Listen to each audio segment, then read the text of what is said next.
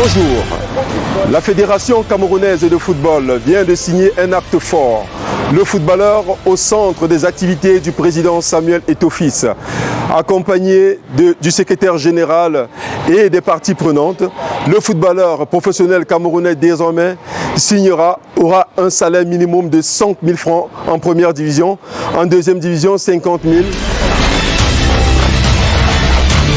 Dit que le président Samuel Eto'o-Fils prend les taureaux par les cornes parce qu'aujourd'hui le footballeur camerounais devient la préoccupation majeure des dirigeants du football camerounais.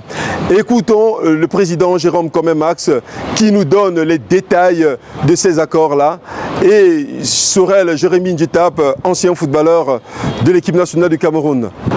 Une date historique parce que on avait tout un pan de l'activité du football qui jusque-là manquait de codification. Et la convention qui a été signée aujourd'hui est un début de codification de ce pan très important. C'est le lancement d'une ère nouvelle. Et justement, ça marque l'entrée en jeu et de fort belle manière du nouveau président de l'Africafoot, en la personne de Samuel Eto'o-Fils. Il vient avec tout un programme, il vient avec un ensemble de réformes, un ensemble d'innovations. Et c'est le moment de saluer tout ce qui est en train d'être fait. On pense qu'il y a lieu de croire qu'on devra s'attendre à des lendemains meilleurs. Cet acte va véritablement suivre son cours au niveau des clubs? Oui, il y a un comité qui a travaillé, un comité qui s'est penché sur la question et pendant 2 semaines, n'est-ce pas, chacune des parties a longuement réfléchi sur la question avant de l'adresser avec la synthèse de ce matin qui est condensée dans la convention qui a fait l'objet de signature. Donc, on ne peut que dire qu'il y a un engagement formel qui a été matérialisé.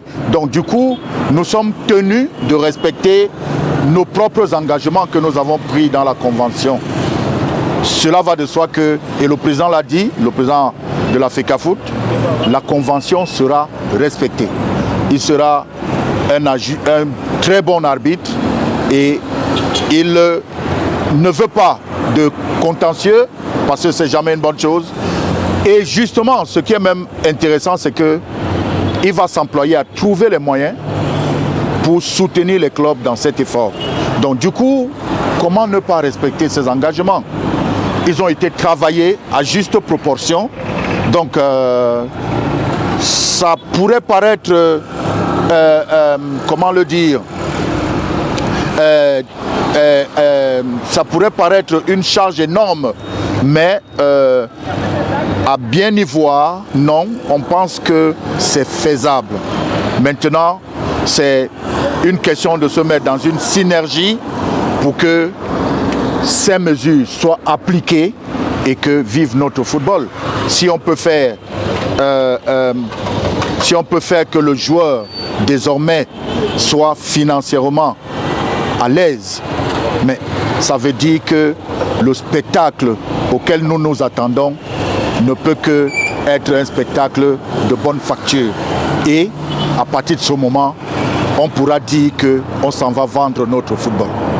C'est un vent nouveau qui souffle sur le football camerounais, sous le leadership du nouveau président de la fédération.